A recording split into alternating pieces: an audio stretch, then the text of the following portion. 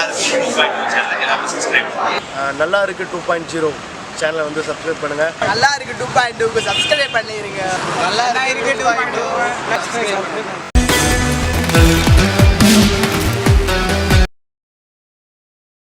கேர்ள்ஸ்னா என் அம்மா மாதிரி கேர்ள்ஸ் தான் பிடிக்கும். நல்லா சமைக்க தெரியும், ரொம்ப கேரிங்காக இருக்கணும். ட்ரிங்க் பண்ணாதான் நிஜமாலே அவங்க வந்து நல்ல பசங்க. கேர்ள்ஸ் எந்த மாதிரி கேரக்டர் தான் பிடிக்கும்? கேர்ள்ஸ் நார்மலாக எடுத்தீங்கன்னா சிட்டி லைஃபோட வில்லேஜ் லைஃப் பெஸ்ட்டுன்னு நினைக்கிறேன் நான். சரி, மாடர்ன் தான் பிடிக்குமா இல்லை கிளாசிக் லுக்? ரொம்ப சிம்பிளுங்க. அவுட்லுக்லாம் எங்களுக்கு தேவையே கிடையாது.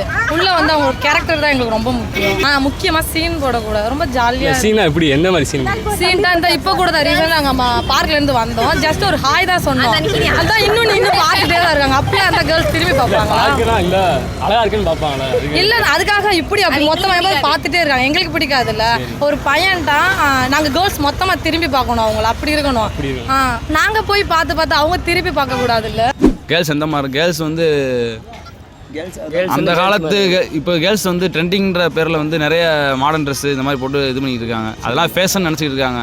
உண்மையிலே அழகு என்னென்னா நம்ம பாரம்பரிய உடை தான் அழகு. சேலை கட்டி இருக்கிறது, பாவாடை தாவணி தான் அழகு. அந்த மாதிரி பெண்கள் இப்போ இருக்கிறாங்க சில பேர்.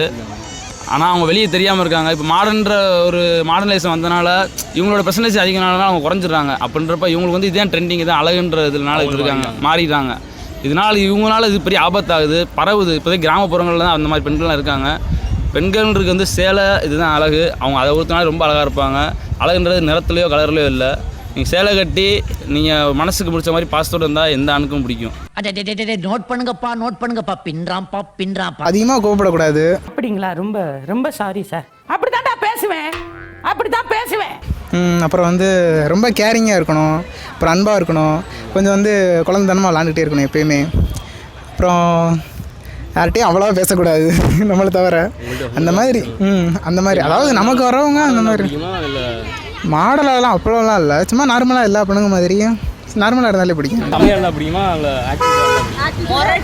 நல்லா முரட்டு பையனா பார்க்கறதுக்கெல்லாம் ஹைட் அண்ட் வெயிட் பயங்கரமாக இருக்கணும். இந்த மாதிரி ஜாலியாக பேசணும். எல்லாரும் கண்டிப்பாக அந்த மாதிரி பசங்க தான் எங்களுக்கு வேணும். எங்களுக்கு ஃபேட்டாக இருக்கிற பசங்களாம் ரொம்ப பிடிக்குங்க. எந்த மாதிரி கேரக்டர் பிடிக்கும்னா எல்லாமே அவங்களுக்கு தெரியும், ஆனால் தெரிஞ்சுக்காத மாதிரியே நடிப்பாங்க.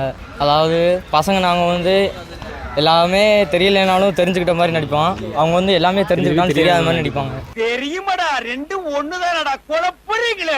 நீங்கள் உங்கள் வரப்போகிற லைஃப் பார்ட்னர் எப்படி இருக்குன்னு நினைக்கிறீங்க? ஏன் லைஃப் பார்ட்னரா? எங்கிட்ட இருந்தா ரைட்டு. வரமாட்டாங்க ப்ரோ யாரும் அப்பெல்லாம். வர்றப்போ பார்த்துக்கலாம் ப்ரோ. அதெல்லாம் ட்ரெடிஷ்னலாக இல்லை மாடர்ன்கள் இந்த மாதிரி லைட்டாக மாடனா இருந்தால் பரவாயில்ல. ஃபஸ்ட்டு பியர்டு வச்சுருக்கணும். பொண்ணு மாதிரி இருந்தால் நல்லா பிடிக்கும். ஐயோ காமெடி. பொண்ணுங்க வந்து எப்படின்னா எல்லாத்தையும் ஓப்பனாக பேசணும், எந்த மாதிரியும் இருக்கக்கூடாது. சரி, பாய்ஸ் உங்களுக்கு எப்படி இருந்தால் எந்த மாதிரி கேரக்டர் பிடிக்கும்? எனக்கு நல்லா ரஃப்பாக இருக்கணும். அமைதியாக இருமா. நல்ல போல்டாக இருக்கணும். பசங்கனாலே போல்டாக தான் இருக்கணும். ஜாலியாக இருக்கணும். எப்போ பாரு உருன்னு இருக்கக்கூடாது. நல்லா ஜாலியாக எல்லாரோட பொண்ணுங்கன்னா எல்லார்ட்டையும் பேசணும். பசங்க வந்து பொண்ணுங்க எல்லார்ட்டையுமே பேசணும். கேர்ள்ஸ்னா என் அம்மா மாதிரி கேர்ள்ஸ் தான் பிடிக்கும். ஃப்ரெண்ட்லியாகவே இருக்கணும். ஆமாம், இப்போ ஒரு பொண்ணு ஒரு ஆணை தனியாக நடந்து போயின்னா ஆள்கார் என்ன சொல்லுவாங்க, இங்கே இப்போ எதாவது சொல்லுவோம் இல்லையா? அந்த ஒரு பொண்ணு எப்படி இருக்கணும்னா ஃபுல்லாகவே க்ளோஸாக இருக்கணும். நம்ம பசங்க ஃப்ரெண்ட்ஸ் எப்படியோ அதே மாதிரி இருக்கணும். பொம்பளை உனக்கு பாரு பாயிண்ட் மேல பாயிண்ட் கிடைக்குது. நல்லா அழகா கொஞ்சம் பியர்ட் வச்சு பிளாக் ஷர்ட் போட்டு சென்னை பையன் மாதிரி இருக்கணும். சென்னை பையன் ஆனால் மதுரை பையன் வேணும். சென்னை பையன் மாதிரி மதுரை பையன். ஏன் மதுரை பையன் நீங்கள் செலக்ட் பண்ணுறீங்க? மதுரைனா அப்படி மதுரை பசங்க எல்லாமே நல்ல பசங்க. நல்லா மனசு இருக்கணும், உண்மையாக இருக்கணும்.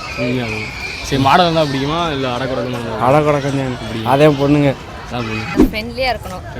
சைலண்டான பையனா பாவம். சைலண்டான பையனா அவங்க வந்துட்டு ரொம்ப பார்க்குறதுக்கு சைலண்டாக இருப்பாங்க. ஆனால் உள்ளார ரொம்ப பேடாக இருப்பாங்க.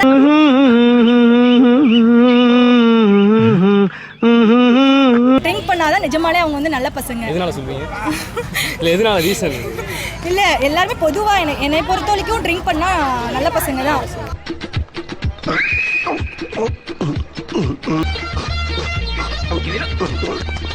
லுக்கில் இருந்தால் கரெக்டாக இருக்கும். இல்லை கேரக்டர் அடக்கொடக்கமாக இருக்கணும். பொண்ணுங்கன்னா அடக்கொடக்கமாக இருக்கணும்.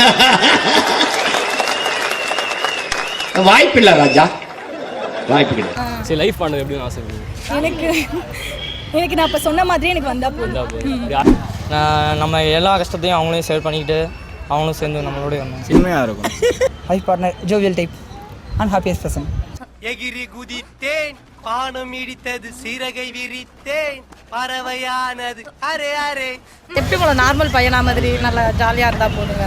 எப்பவுமே ஃப்ரெண்ட்லியாக இருக்கணும். சும்மா டார்ச்சர் பண்ணிட்டே இருக்கக்கூடாது. அவங்ககிட்ட பேசக்கூடாது, இவங்ககிட்ட பேசக்கூடாது, அப்படிலாம் சொல்லக்கூடாது. எல்லாத்தையும் ஜாலியாக பேசிக்கிறோம். இஷ்டம் லைஃப், நான் எப்படினாலும் வாழ்வேன். எல்லாத்தையும் ஷேர் பண்ணிக்கிறணும். ஜாலியாக எல்லாத்தையும் ஷேர் பண்ணுற மாதிரி இருக்கணும். ஒரு ஃப்ரெண்ட்லியாக இருக்கணும். என் அப்பா அம்மா மாதிரி, என்னோட சிஸ்டர்ஸ், என் ஃபேமிலியில் இருக்கிற ஒரு மெம்பர்ஸ் மாதிரி அவன்ட்டு இருக்கணும். கண்டிப்பாக அதுதான். வேறு மற்றபடி நாங்கள் எதுவும் எக்ஸ்பெக்ட் பண்ணுறோம். அரேஞ்ச் மேரேஜ் பண்ணி அதுக்கப்புறம் லவ் பண்ணணும். அரேஞ்ச் மேரேஜா லவ் மேரேஜா? எனக்கு அரேஞ்ச் மேரேஜ் தான். நீங்கள் லவ் மேரேஜ் பண்ணிப்பா அரேஞ்ச் மேரேஜ் பண்ணுங்க? லவ் பண்ணி அரேஞ்ச் மேரேஜ் பண்ணிப்பேன். என்ன லவ் மேரேஜ்னா நம்மளா போய் குழியில் விழுகிறது, மற்றவங்கலாம் அரேஞ்ச் பண்ணால் எல்லோரும் பிடிச்சி தள்ளி வர்றது. ஆனால் எனக்கு வந்து நானாக போய் குழியில் விடுறது எனக்கு பிடிக்கும். ஆனால் எனக்கு குழிலாம் நான் நினைக்கிறேன். எனக்கு வந்து லவ் மேரேஜ் தான் எப்பயுமே பிடிக்கும். லவ் மேரேஜ் தான் பண்ணுங்க. லவ் மேரேஜ் தான் பண்ணி வந்து என் கூட எப்பயுமே ஃப்ரெண்ட்லியாக ஃப்ரீயாக எந்த ஒரு எந்த கட்டுப்பாடும் கிடையாது. அரேஞ்ச் மேரேஜ் லவ் மேரேஜ் எல்லாம் ஒன்று தான். லவ் மேரேஜ்ன்ட்டு என்ன, நம்ம லவ் பண்ணுறோம், கல்யாணத்துக்கு லவ் பண்ணணும் கண்டிப்பாக. சரி உங்களுக்கு நம்பிக்கை இல்லையா? அப்பா அம்மா நல்ல பொண்ணாக பார்த்து வைப்பாங்க? கண்டிப்பாக பார்ப்பாங்க. இல்லை அப்படியே லவ் மேரேஜ் என்ன ஒரு மிஸ் அண்டர்ஸ்டாண்டிங் இருக்கும் கண்டிப்பாக. அது புரிதல் இல்லாமல் இருக்கும். இப்போ நான் பொண்ணு லவ் பண்ணுறேன், ஒரு வருஷம் லவ் பண்ணுறேன்னா எனக்கு என்ன பிடிக்கும் என்ன பிடிக்கும் அந்த அப்படி தெரிஞ்சிருக்கும், அந்த அப்படி என்ன பிடிக்கும் தெரிஞ்சிருக்கும். கல்யாணத்துக்கு அப்புறம் ஃப்ரீயாக வந்து லைஃப்பை ஸ்டார்ட் பண்ணுறது ஒரு ஈஸியாக இருக்கும். அதே புதுசாக அரேஞ்ச் மேரேஜ்னா யாருனே தெரியாது, வீட்டில் ஃபிக்ஸ் பண்ணிப்பான். வீட்டில் குறை சொல்லலை, வீட்டில் நல்லா ஃபிக்ஸ் பண்ணுவாங்க. ஆனால் நம்மளுக்கு ஒரு மிஸ் அண்டர்ஸ்டாண்டிங் இருக்கும். அவங்களுக்கு என்ன இருக்கும், ஃப்ரீயாக பேச முடியாது. திடீர்னு கல்யாணம் பண்ணிட்டு உனக்கு போய் இது பண்ணால் நாங்கள் எப்படி லைஃப் நாங்கள் அதுக்கு அதை நாங்கள் இது பண்ணுறதுக்கே ஒரு 1 year 6 months கிட்ட அவங்க புரிஞ்சுக்கிறதுக்கு.